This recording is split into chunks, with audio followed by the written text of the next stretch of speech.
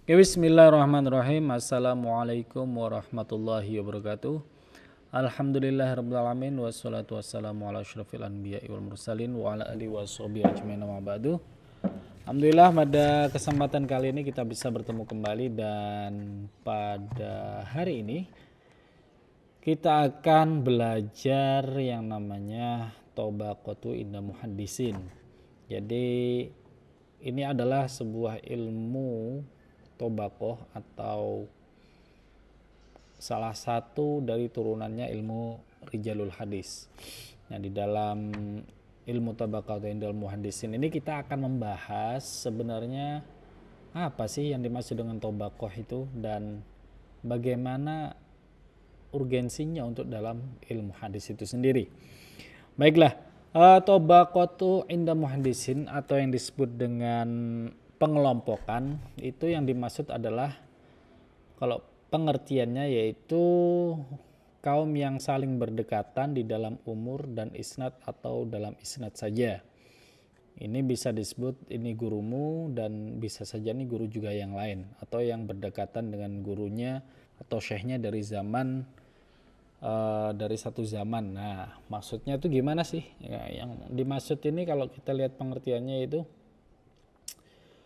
kalau misalnya suatu kaum itu kita kan dilahirkan mempunyai zaman yang berbeda ya.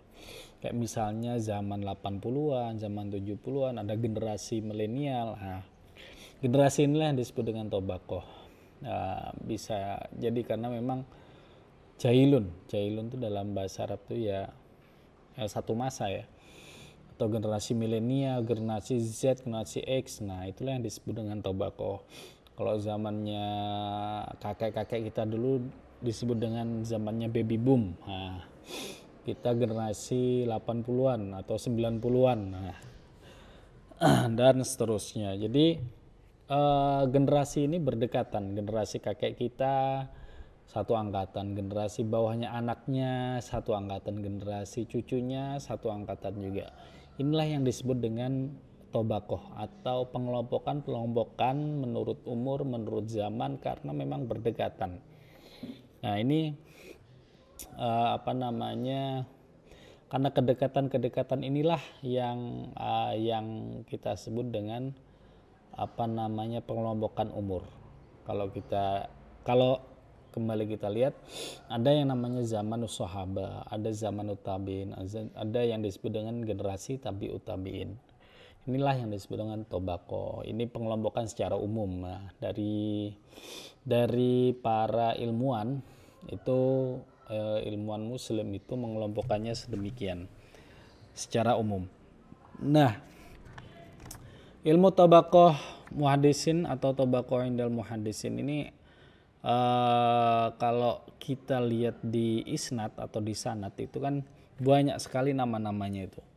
Nama-nama an Abi Hurairah radhiyallahu anhu, an qala hadatsani dari siapa, akhbaroni dari siapa, dan seterusnya sampai ke ujung yang terakhir adalah Imam Bukhari atau Imam Muslim atau Imam Nasai dan seterusnya. Nah, karena banyaknya nama ini, kita akan kesulitan kalau kita menelusuri satu-satu tanpa adanya ilmu Tobaqoh Indal Muhaddisin. Oleh karena itu sangat penting ilmu Tobaqoh ini untuk kita mengetahui ini dari generasi mana ini. Nah, ini dari generasi sahabatkah, atau dari generasi tabi'inkah, atau tabi'ut tabi'inkah yang menyampaikan hadis ini.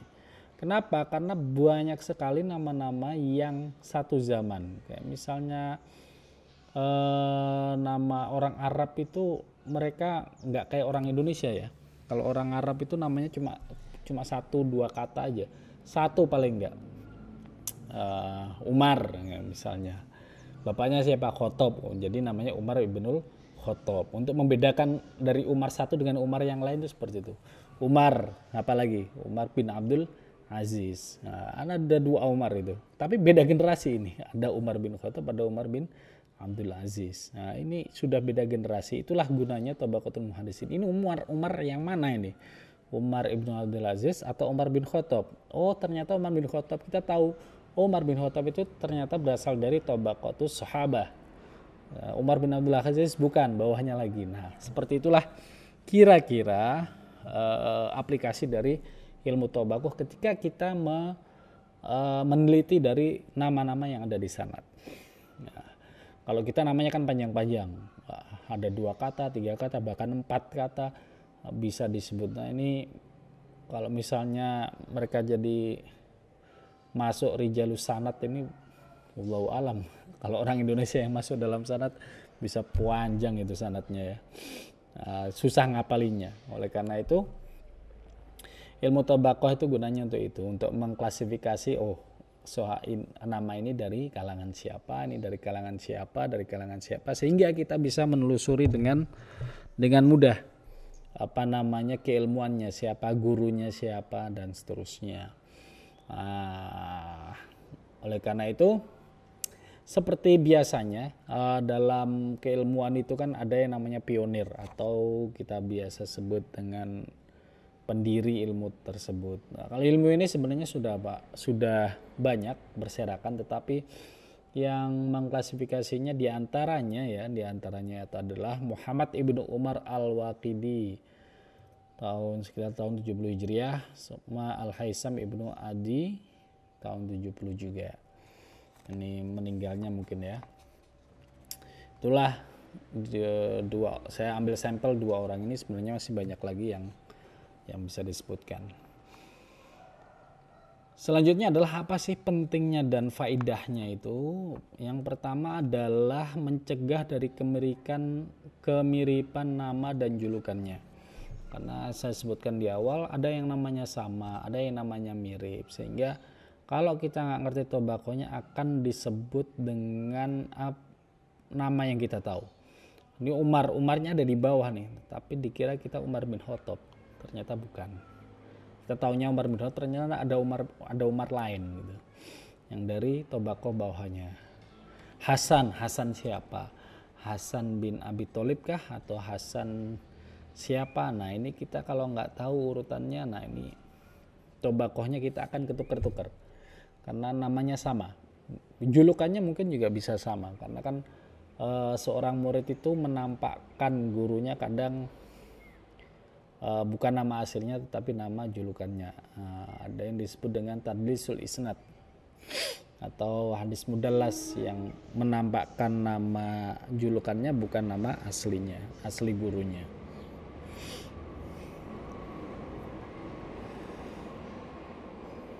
Terus yang kedua adalah mempertimbangkan keadaan mereka dari kubul dan rot. Maksudnya kubul dan rot ini gimana? Maksudnya adalah apakah nama ini bisa kita kubul atau kita bisa terima riwayatnya atau tidak. Karena ini larinya nanti ke ilmu jarh wa ta'dil, larinya ke adalatul ruwah ataupun dengan sikot atau sikohnya. Jadi ini lari kedua, yaitu apakah orang ini adil atau enggak, ataukah keilmuannya juga adil atau mumpuni atau enggak.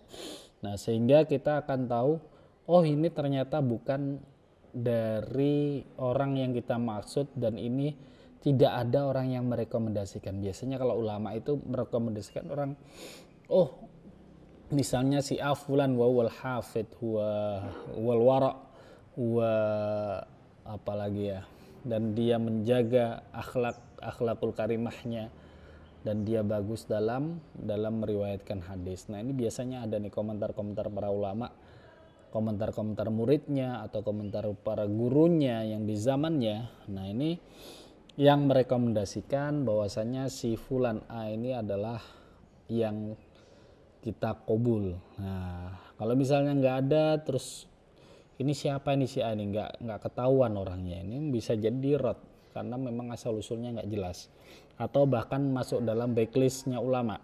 Ada kan kitab tentang hadis-hadis dhaif, hadis-hadis ini, dan orang-orangnya itu juga ada juga. Mengetahui keadaan sanad dan matan. Nah, keadaan sanad dan matan, kalau misalnya kita ngerti orangnya ini, maka kita akan tahu bagaimana kualitas sanadnya tersebut. Ada satu aja orang yang nggak diketahui ya bisa jadi turun kualitas sanadnya. Seperti halnya kita kemarin, syarat dari hadis sahih adalah siqatu ruah wa adalatur ruah. Kalau misalnya orang ini nggak sikoh dan nggak adil, nah ini bisa turun derajatnya ke hadis doif. Jadi keadaan syaratnya kita tahu dan bisa menentukan kualitas hadis itu sendiri. Kalau misalnya orang ini sikoh fil hifdi wa sikoh dan adil fi ilmihi, maka kita bisa mengatakan hadis ini baik, termasuk ketiga syarat selanjutnya yang harus dipenuhi tentu saja. Yang keempat, mengetahui antara yang mutaqaddim dan mutaakhir fi akhir riwayah. Nah, dalam satu periwayatan kan kita tahu nih dari ujung ke ujung, ujungnya sahabah, akhirnya itu mungkin di bawahnya atba'ut tabi'ut tabi'in, bisa jadi seperti itu. Nah, generasi mana nih kita akan mengetahui mana yang ujung, mana yang enggak, mana yang dari sahabat, mana yang dari paling bawah, atba'u tabi'ut tabi'in, atau bawahnya lagi mungkin masih bisa lagi. Jadi kita akan tahu nih. Yang kelima tentu saja dengan ma'rifatu maratibul ulama fi tabaqatin wahid. Nah, maratibul ulama fi tabaqatin wahid, kita akan tahu kalau ada pengelompokan ulama dalam satu generasi. Jadi ini generasinya siapa nih? Nah, ini makanya ada namanya pengelompokan al ulama al mutaqaddimin wal ulama al mutaakhirin. Ulama-ulama zaman dulu dan ulama-ulama generasi yang sekarang atau generasi yang paling akhir. Atau juga ini ternyata tahun angkatannya, eranya, kita tahu eranya nih, eranya misalnya eranya pembaruan Islam itu, kita akan tahu mufasirnya siapa.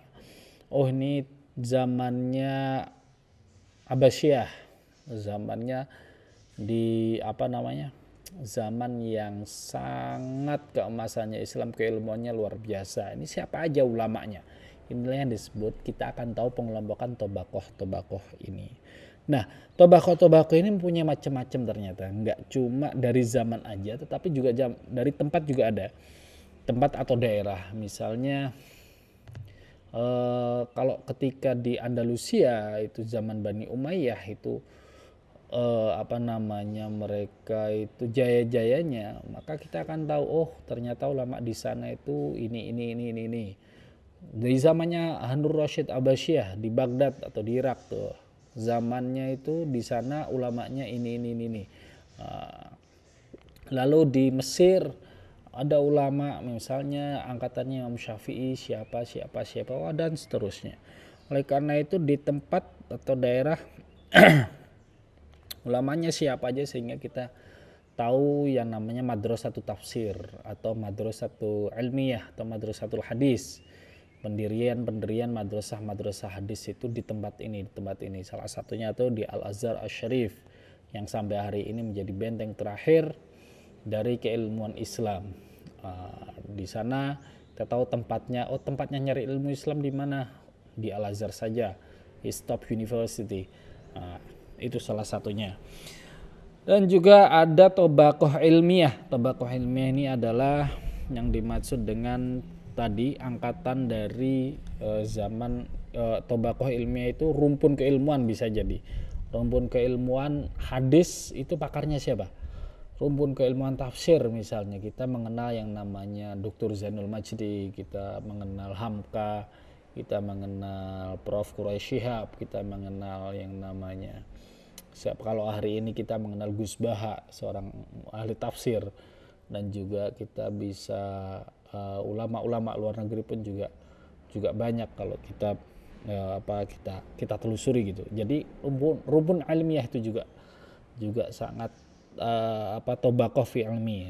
Jadi kalau di sini kita Saya sebutkan 3 saja, ada zaman, ada tempat daerah, dan juga ada yang ilmiah. Ini tobaqoh min haitsu zaman wal makan wal ilm. Lalu kalau di dalam ilmu di dalam hadis, ilmu muhaddisin, tobaqoh fil muhaddisin, itu memang ada beberapa memang macam-macam tobaqohnya, tetapi memang ulama tidak bersepakat dalam satu suara. Artinya ulama-ulama hadisin memang berbeda pendapat tentang pembagian tobaqoh dalam hadis. Tapi dalam secara umum kita akan bedakan. Yang pertama secara umum ya. Yang pertama adalah tobaqotus sahabah. Nah, tobaqotus sahabah itu bisa dibagi bermacam-macam pengelompokannya. Yang pertama yaitu awalul Islam, orang-orang yang pertama kali masuk Islam secara sembunyi-sembunyi. Terus ada juga yang masuk Islam sebelum musyawarah ahlul Mekah. Ada juga sahabat yang hijrah ke Habasah. Ada yang bai'atul aqobah pertama, terus ada juga sahabat bai'atul aqobah kedua. Ada juga sahabat yang masuk dalam Ahlul Badar atau dalam perang Badar. Nah, ini kan banyak nih, dan seterusnya ini masih ada lagi pengelompokan sahabat di dalam masanya sesuai dengan zamannya, masa-masa keislaman. Jadi episode-episode keislaman itu dipecah-pecah lagi. Nah, tetapi simpelnya kalau yang bersepakat itu biasanya dibagi menjadi 3, yaitu kibarus sahabah, yang kedua adalah ausatus sahabah, yang ketiga adalah sigharus sahabah. Kibar itu maksudnya itu orang-orang tua kayak Abu Bakar, Umar, Utsman, ini termasuk golongan-golongan yang besar, pembesar ya, fisinni wa fil amali. Terus ada juga yang ausat, yang pertengahan, ada juga yang disebut dengan sigharus sahabah atau sahabat yang ketika Rasulullah mau mangkat mereka masih umurnya masih 7 tahun, masih 6 tahun mungkin, atau nggak nyampe 10 tahun lah, mungkin mereka bisa disebut dengan sigharus sahabah. Mereka bertemu dengan Nabi tapi tidak tidak berinteraksi secara akli, secara kayak orang dewasa kita ngomong gitu. Kalau kita ngomong sama anak kecil kan biasanya gitu, kadang nyambung kadang nggak nyambung dan seterusnya. Terus tabiin, selanjutnya generasi tabiin pun juga dibagi menjadi 3, yaitu kibarut tabiin, wasatut tabiin, dan juga sigharut tabiin. Kibarut tabiin ini kayak misalnya Ibnu Musayyab, kalau wasat tabiin Ibnu Sirin diantaranya, sedangkan selanjutnya yaitu Zuhri wa Qatadah. Ini ternyata beliau termasuk Imam Zuhri dan Imam Qatadah sigharut tabiin. Masih tengah ini ya. Selanjutnya Zuhri wa Qatadah. Nah, ini baru yang sigharut tabiin, kayak misalnya Akmas. Nah, ini Akmas ini yang belum pernah dengar dari tabiin. Ya mungkin masih kecil sekali. Ini wallahu alam ya, Zuhri wa Qatadah ini apakah Imam Zuhri, Imam Qatadah ini masuk wasat atau masuk sugro? Kayaknya sih masuk pertengahan. Lalu selanjutnya ada atba'ut tabi'in min kibari, terus ada atba'ut tabi'in min kibar, wasat wa sugro. Nah, ini ada 3 juga generasi selanjutnya, yaitu kibar, wasat, dan sugro. Sedangkan yang terakhir atba'ut tabi'in min kibar, min wasati, wa min sugro. Ini udah generasi ketiga dari sahabat tabi'in, terus atba'ut tabi'in, terus atba'ut tabi'in. Nah, ini ada generasi keempat nih. 4 generasi 240 tahunan berarti Hijriyah. Jadi kenapa kok kita bagi menjadi demikian? Karena kalau misalnya kita nggak ngerti antara wasati tabiin atau sigorut tabiin, kita akan sedikit rancu dalam keilmuannya, dalam artian ini gurunya siapa, apakah dari kibarut tabiin atau wasatut tabiin, dia berguru dengan siapa. Kalau ini dari masa misalnya kibarut tabiin, Ibnu Musayyab misalnya, dia masih bisa berguru dengan para sigorus sahabah, atau dengan sigorus sahabah. Jadi dia masih sanadnya masih nyambung dengan sigorus sahabah, sahabat yang masih kecil tadi mengajarkan keilmuan ke kibarut tabiin atau wasatut tabiin, karena tabiin kan sudah nggak ketemu dengan Nabi lagi ya, tapi dengan sahabat yang ini masih ketemu mungkin. Ini mereka belajar dari sahabat-sahabat yang sudah besar, yang sudah mapan keilmuannya, lalu mengajarkan kepada kibarut tabiin. Nah, inilah sanad keilmuan. Sanad hadis maksud saya adalah sanad hadis inilah yang harus kita jaga, karena dia belajar secara turun menurun dari generasi sahabat, dari tabiin dan seterusnya, sehingga hadis yang dipelajari itu pun nyampe ke kita pun juga sebuah hadis yang betul-betul dipelajari, betul-betul murni sanadnya dari Rasulullah, tidak terputus. Inilah pentingnya keilmuan sanad, keilmuan sanad dalam Islam, dan tidak ada yang namanya ilmu sanad ini kecuali dalam Islam. Kalau dalam agama-agama lain kita tidak mendapatkan, bahkan ada yang mengatakan wala sanad lal Islam. Kalau misalnya sanadnya itu hilang atau terputus atau nggak ada ilmu sanadnya, maka dunia Islam ini nggak ada ubahnya. Agama Islam kita ini nggak akan semurni sekarang, dan juga nggak ada bedanya dengan agama-agama yang lain. Inilah ilmu tabaqah muhaddisin. Oleh karena itu dalam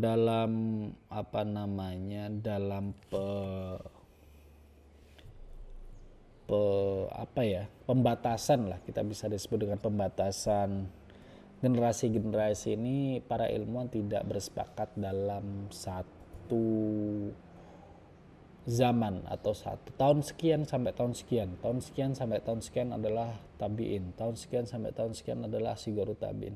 Mereka tidak bersepakat karena memang sulit untuk tracking ini, untuk tracking keadaan seorang tersebut di dalam menuntut ilmunya.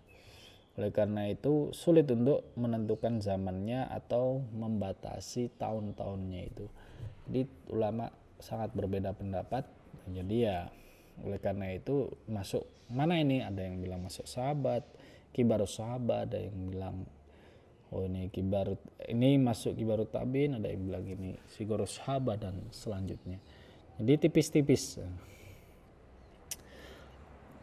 Dan contoh dari buku yang membahas tentang sejarahnya ini adalah diantaranya yang pertama Syiaru A'lamin Nubala. Syiaru A'lamin Nubala ini pengelompokannya luar biasa. Bukunya tuh luar biasa panjangnya, tebalnya nih mungkin dari Nabi Adam sudah ada. Nggak bercanda ya. Terus yang kedua ada Tarikhul Islam, punya karangan Imam Adz-Dzahabi. Dia mengarang kitab Tarikhul Islam ini juga pengelompokan ada 21 jilid. Ada juga kitab Tabaqatul Kubro punya Ibnu Sa'id, dan Tabaqatul Huffaz juga ada juga.